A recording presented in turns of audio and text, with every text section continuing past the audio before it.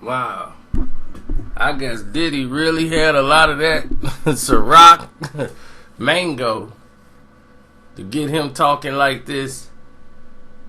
Well, the Drink Champs, which is now on Revolt, they got the podcast show on there.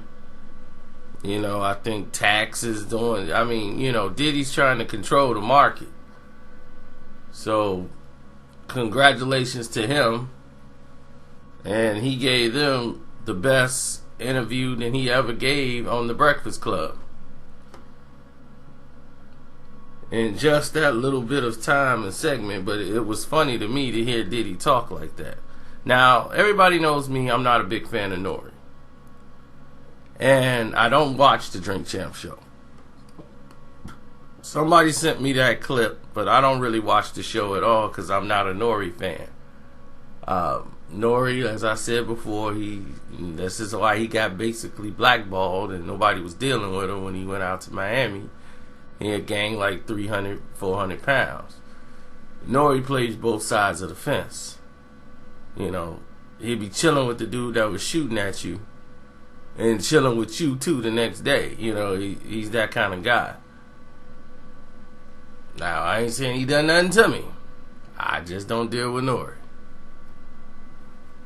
Now, back to the story. Now, as far as Diddy saying, Suge said that it was Jermaine Dupri and Puff saying he got the power, he could have made something happen. Puff, you're in New York. The energy level of these people in New York was crazy. They was ready to jump off. If you'd have did anything that day, you'd have caused a chain reaction that would have went really bad for all y'all. Suge had enough protection with him out here in New York where he was straight. Wasn't nothing really gonna too much happen to him. But the West Coast wanted to be respected. And that's what the whole situation was. It was all love after the fact. Now, when Suge talked to you, you know doggone well you didn't talk to him as aggressively as you was making that sound. I've already stated in a video a year ago that's involving Puffy and Suge. Everybody thought it was Jermaine Dupri. Nobody thought it was Puffy. Jermaine Dupri was the one that was known at the time for the dancing in the videos, singing, because he wrote the songs. And that was it. Diddy was the only one who was just following Jermaine Dupri's footsteps. They just came out. Bad Boy was just blowing up. You know, they have just sold, 3 million, almost 4 million records. Diddy was not super rich yet. Diddy had okay money. He ain't have buku money. He ain't had tens of millions of dollars. He wasn't even multi at that time. So Diddy didn't have no power. He wasn't even the biggest thing at that time. They were just bringing the East back. Bad Boy was bringing that East Coast flavor and the dance flavor back. And then you went up to Suge. And Suge was, nah. I was talking about Jermaine Dupri. I wasn't talking about you. But if I was, what you gonna do about it? Exactly. Because you wouldn't come talk to Suge at all after Suge Boy died. You ain't come up there and try to talk to Suge after that.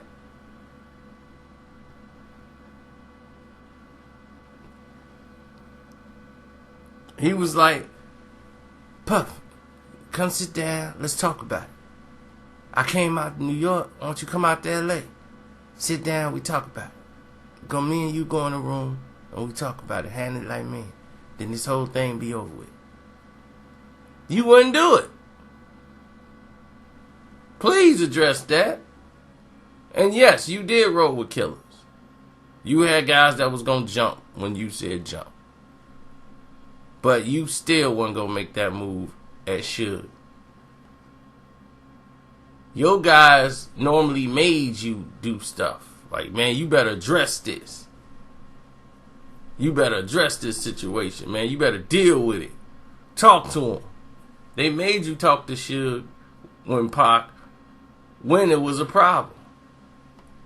At the Soul Train Awards. After the Soul Train Awards, they made you talk to Suge. And they made you go talk to them. Y'all was in New York. And it was... Then Tupac and Suge and all of them was out there. Y'all drove up. That's a true story. I can't believe it was told.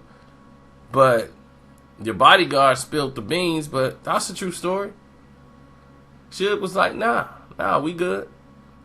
Because he knew y'all had to drop on him. But if you did that in L.A., you wouldn't have got out of L.A. You had to leave right then and there that night. And that would have been a bad situation. See, people think like, man, I could get on me right here. But dude, you got to get out that city. You got to hold... Man, people playing around. But Suge, when Suge was out, you don't hear Diddy talking at all. Suge locked up. Puffy running his mouth 24/7. Yeah, because you know I'm about peace, but I got the power. I could have made that happen. Now, I like Diddy. I like Suge. I understood both brothers. I understood both of their causes. I understood what they was fighting for. But all this extra stuff, I don't get it. I don't understand it. Don't make sense to me.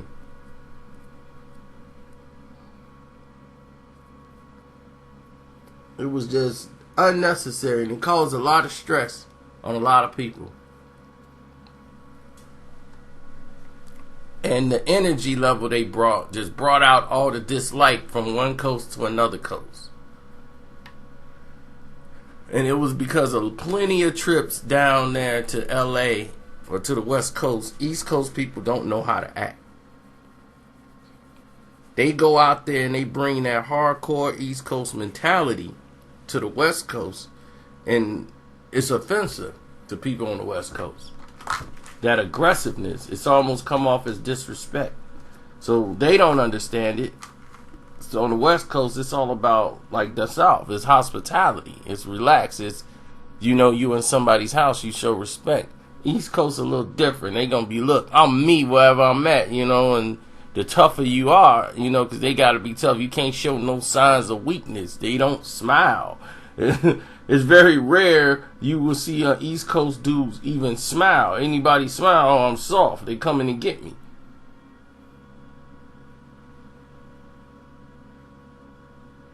So they got to watch every move they make.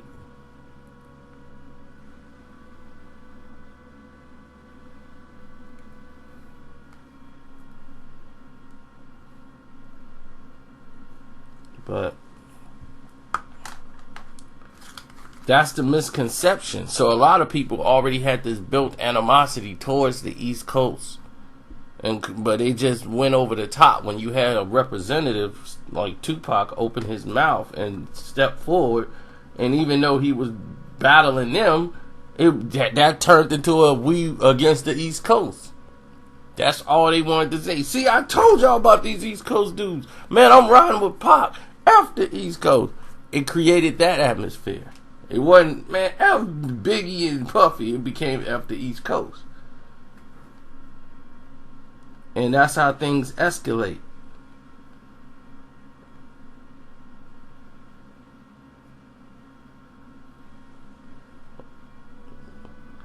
And the problems that ensued after that became even more monumental, because you're looking at a situation now where Tupac was trying to fix and never got a chance to fully fix the situation.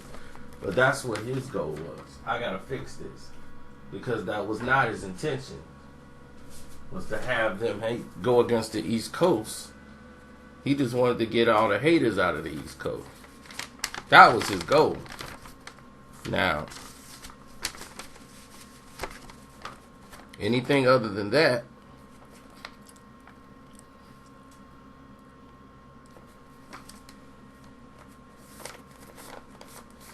you guys would have to find out from Mr. Sean Combs, because he's like him and Suge are the only surviving members of this beef that could really tell you something of merit and value. You know, Snoop gonna tell you whatever story come to his head that he's already told already, but he's gonna have 16 more new ones by the time you see Snoop. And Snoop coming at, yeah, and then when I shine my ring, they saw the reflection of my ring, and then that's when they said, yeah, we might as well not do it, because I saw the light. You know, so, Snoop would come up with something new. It's your boy, I'm out, man.